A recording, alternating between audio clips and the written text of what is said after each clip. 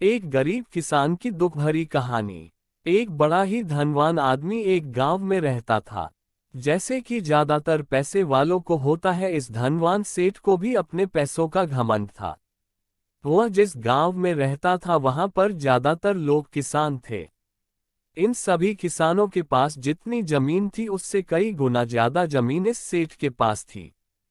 कई गरीब किसान तो इसके लिए इसके खेतों में काम करते थे। इसी गांव में मोहन नाम का एक बड़ा ही मेहनती और सच्चा किसान रहा करता था। मोहन का परिवार थोड़ा बड़ा था। उसके परिवार में उसके बूढ़े माँ बाप, पत्नी और 3 बच्चे थे जो अभी काफी छोटे थे। मोहन के पास ज्यादा जमीन नहीं थी, लेकिन जितनी भी थी उसमें वह बड़ी मेहनत करता और अपने परिवार का पेट पालने लायक अनाज उगा लेता था। बाकी के किसान भी ये देखकर हैरान रह जाते कि कोई कैसे इतनी सी जमीन में इतना ज्यादा फसल उगा सकता है। एक वर्ष उस गांव में काफी ज्यादा बारिश हुई, जिसके चलते कई किसानों की फसलें बर्बाद हो गई, जिनमें से एक मोहन भी था। अब मोहन धर्म संकट में पड़ गया, क्योंकि उसके परिवार में उसके अलावा कोई और कमाने वाला था नहीं और अपने परिवार को भूखा मरते हुए वो देख नहीं सकता था। वह जानता था कि इस गांव में अगर कोई उसकी मदद कर सकता है तो वह वही घमंडी सेठ है, जिसने गांव के कई अन्य गरीब किसानों को या तो कर्जा दिया है या तो अपने यहाँ काम पर रखा हुआ है। हाथ पर हाथ धरे बैठे रहने के बजाय उसने इस सेठ के पास जाने का फैसला किया और एक दिन उनके पास पहुंच गया। सेठ के पास पहुंचकर मोहन बोला, सेठ जी आपकी बहुत मेहरबानी होगी अगर आप मुझे थोड़ा सा कर्जा दे दे, जिससे मैं अपने खेतों में फिर से कोई फसल उगा सकूं, या फिर आप मुझे अपने यहाँ नौकरी दे दे ताकि मेरे परिवार को 2 वक्त का खाना मिल सके। घमंडी सेठ को उसकी इन बातों से कोई मतलब था नहीं, लेकिन गांव के सारे लोगों की तरह वह भी यह जानता था कि मोहन कितना मेहनती है और वह जिस भी खेत में काम करेगा वहां वह 2 गुनी फसल उगा सकता है। सेठ ने सोचा, अगर मैं इसे पैसे उधार देता हूं तो शायद यह इस स्थिति में नहीं है कि मुझे वापस लौटा सके, लेकिन अगर मैं इसे अपने खेतों में काम करवाता हूं तो मुझे जरूर दुगना फायदा होगा। सेठ मोहन से बोला, देख भाई, पैसा तो मैं तुझे दूंगा नहीं और मेरे पास अभी खेतों में काम करने के लिए कई किसान पहले से मौजूद है, लेकिन तुझ पर तरस खाकर मैं तुझे अपने खेतों में नौकरी देता हूं, पर मैं तुझे इसके लिए ज्यादा पैसे नहीं दूंगा। बाकी किसानों को मैं 300 देता हूं, मैं तुझे 200 ही दे पाऊंगा।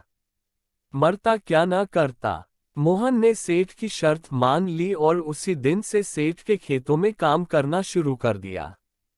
2 महीनों तक नियमित वो सेठ के खेतों में जाकर कड़ी मेहनत करता और देखते ही देखते 4 महीने का काम उसने अपनी मेहनत से 2 महीनों में ही खत्म कर दिया।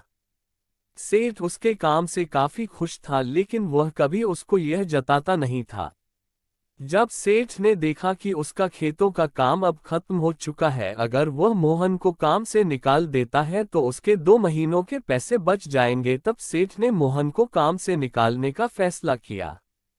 एक बार सेठ को ये विचार भी आया कि इतना मेहनती आदमी शायद उसे दोबारा ना मिले, लेकिन फिर उसने सोचा कि जब अगले साल काम आएगा तब उसे फिर से नौकरी पर रख लेगा। आखिर इस गांव में उसके अलावा है ही कौन जिसके आगे ये लोग अपने हाथ फैलाएंगे।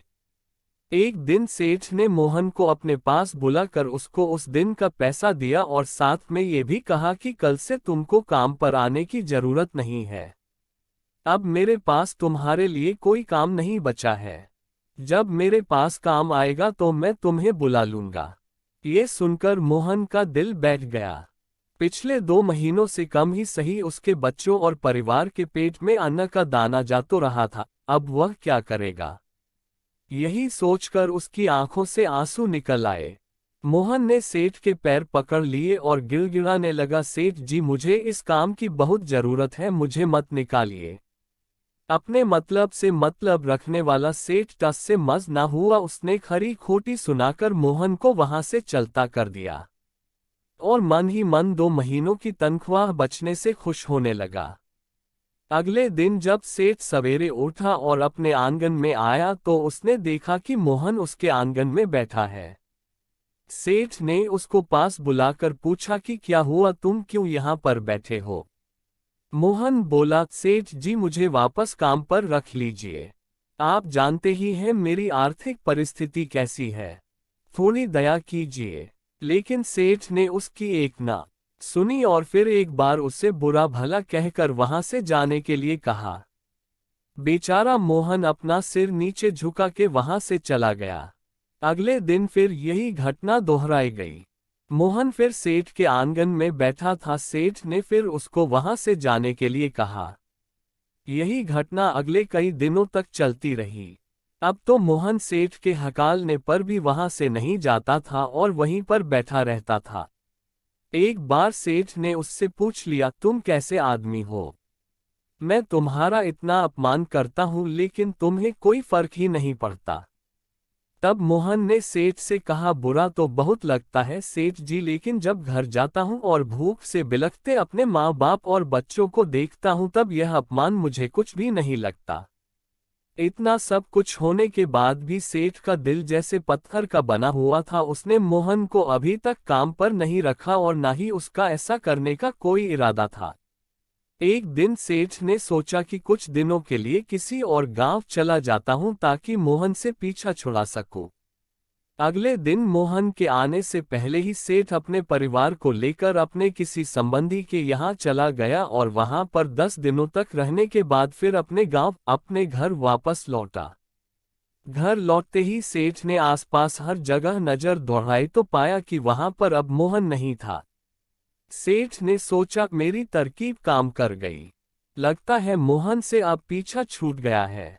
हालांकि अब सेठ के द्वार पर मोहन नहीं बैठा था लेकिन मोहन का विचार अभी भी सेठ के मन में घर कर बैठा था। सेठ सोच रहा था, मोहन इतनी जल्दी हार मानने वाला आदमी तो नहीं दिखता है। उसके साथ क्या हुआ होगा? क्या उसे कहीं कोई और काम मिल गया होगा या फिर और कुछ? इन विचारों ने सेठ को बेचैन कर दिया और आखिरकार सेठ को मोहन की खबर लेने के लिए गांव में जाना पड़ा। सेठ को मोहन का पता नहीं मालूम था, इसलिए अड़ोस पड़ोस के अन्य किसानों से पूछने पर पता चला कि मोहन घायल हो चुका है और अपने घर पर आराम कर रहा है।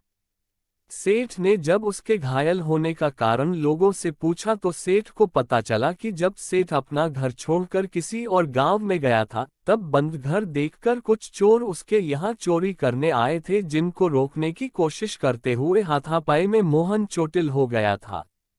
ये सब जानने के बाद सेठ का पत्थर का दिल भी अब मोम की तरह पिघल गया। सेठ को अपने किए पर पछतावा होने लगा।